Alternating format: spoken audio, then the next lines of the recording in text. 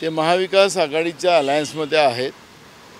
त्यांचा समज काही गैरसमज झाला असेल तर त्याचा त्यांना त्यांची मनधरणी करून त्यांना समजवून महाविकास आघाडीच्या प्रवाहात आणण्याचा प्रयत्न केला जाणार. आणि मी तुम्हाला आत्तापासून सांगतो की BJPने कितीही पैशाचा वापर किंवा केंद्रीय तपास यंत्रणेचा दबाव निर्माण केला तरी चारही उमेदवार हे महाविकास आघाडीचे निवडून येतील अशा पद्धतीचं चित्र आज आहे. सर, MIMच्या बाबतीत MIMकडनं असं म्हटलं गेलेलं आहे की आमच्याशी महाविकास आघाडी किंवा शिवसेनेच्या कुठल्याही वरिष्ठांनी संपर्क केलेला नाहीये, ते निमंत्रणाची वाट बघतायत.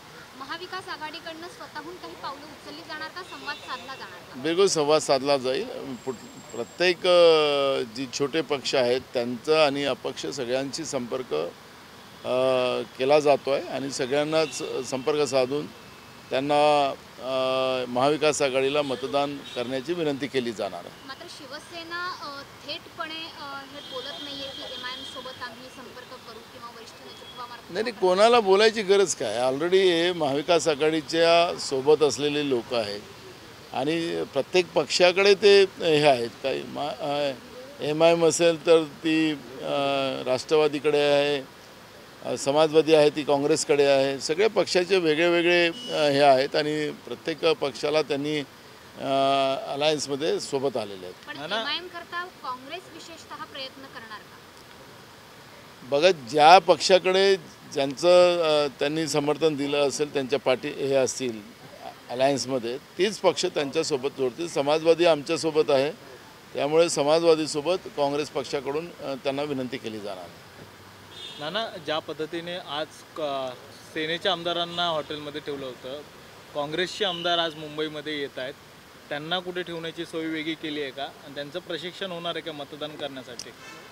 प्रशिक्षणाची काही गरज नाही आहे, फक्त त्याची पद्धत थोडी सांगितल्याच जाणार आहे आणि आम्हाला आमदारांना बाजूला नाही आहे. ॲक्च्युली मी मगाशी सांगितलं की शिर्डीमध्ये जो नवसंकल्प आमचं 2 दिवसाचं अधिवेशन झालं त्याचा 100 दिवसाचा कार्यक्रम आम्ही तयार केलेला आहे आणि योगायोगानं परवा मतदान असल्यामुळे आमदार 2 दिवस इथंच राहणार आहे आणि त्याच्यामुळे आम्हाला जे काही काँग्रेस विचारधारेची चळवळ महाराष्ट्रात उभी करायची आहे त्यावरही चर्चा आम्हा लोकांना करायची आहे आणि म्हणून आमदार आम्ही आणि सगळेजण आम्ही सोबत राहण्याचा निर्णय घेतलेला आहे.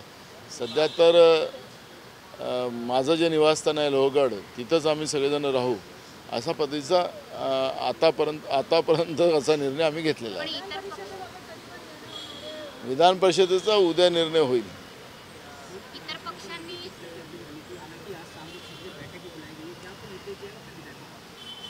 बिल्कुल, हमारे विधायक साथ में है सब और जो इंडिपेंडेंट और छोटे पार्टी जो है उनके भी लोगों को साथ में लेकर आने वाले 10 तारीख के चुनाव में महाविकास आघाड़ी के चारों उम्मीदवार चुन के आएंगे, इसमें कोई दुमत नहीं.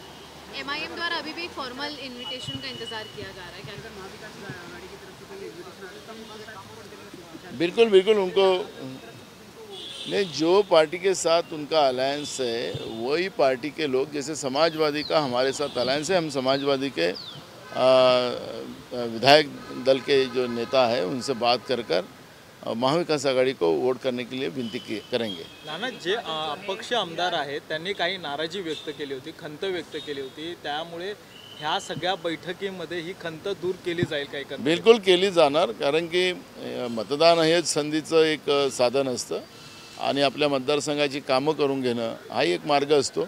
त्याच्यामुळे आमदार आपली भूमिका मांडतील. काँग्रेस पक्षाच्या वतीनं मुख्यमंत्र्यांना विनंती केली जाणार आहे की कॉमन मिनिमम प्रोग्राम याची अंमलबजावणी केली गेली पाहिजे, त्याची आठवण आम्ही करून देणार आहोत. त्याच्यामुळे हे काही हा विषय नाही, आखरी जनतेसाठी लोकप्रतिनिधीचं दायित्व जातं आणि आमदारांनी ही भूमिका मांडली तर ती काही त्याचं काही चुकीचं आहे असं कोणी म्हणण्याचं काही कारण नाही.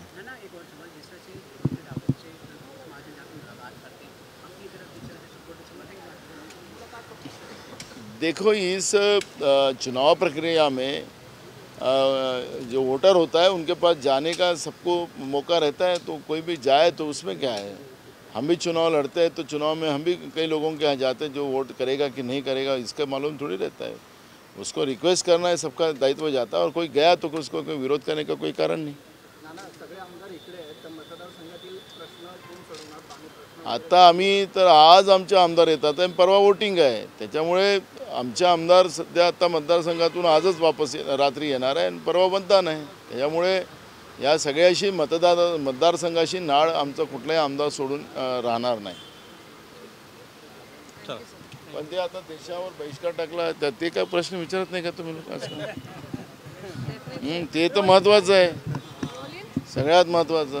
जिस तरह से सर कतार वगैरह से बहिष्कार देखने को मिल रहा है, अभी भी काफ़ी सारी पार्टियां इसको वेलकम भी कर रही हैं बीजेपी की एंटी होते हुए, दूसरी तरफ बीजेपी इसको कहीं ना कहीं क्लेम कर रही है अपनी तरफ से। देखो, कांग्रेस के माध्यम से हमारी नेता सोनिया जी गांधी और राहुल जी गांधी जी ने बार बार केंद्र की सरकार को अवगत किया था कि जो हमारा संविधान है, हमारा जो बेसिक है, वो किसी धर्म के ऊपर तुम्हें किसी धर्म का विरोध करने का कोई किसी को अधिकार नहीं, सबने अपने अपने धर्म में प्यार करना चाहिए। यही हमारे संविधान ने हमें सबको सिखाया है।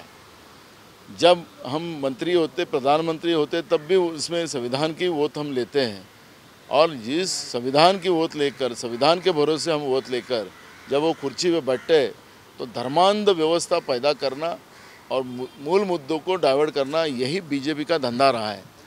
और आज देश में ऐसी परिस्थिति होगी कि जैसे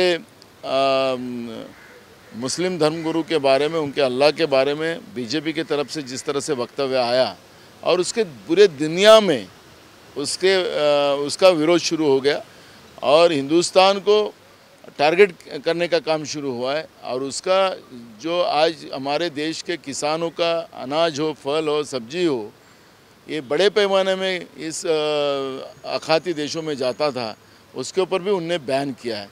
उसका परिणाम डायरेक्ट देश की आर्थिक व्यवस्था पे और किसानों पे जाने वाला है, काम करने वाले आदमी के ऊपर जाने वाला है। लेकिन राजनीति की रोटियां सेकने का काम जो बीजेपी बार बार करती है, उसी का परिणाम आज देश भुगतने जा रहा है। हमारी मांग है कांग्रेस की तरफ से कि इस तरह का सिर्फ उन्हें, तो मैं उनके पेपर में स्टेटमेंट पढ़ा है कि हम कोई धर्म का विरोध नहीं करते, जो संविधान की भाषा वो आज बोलना शुरू कर दिया है।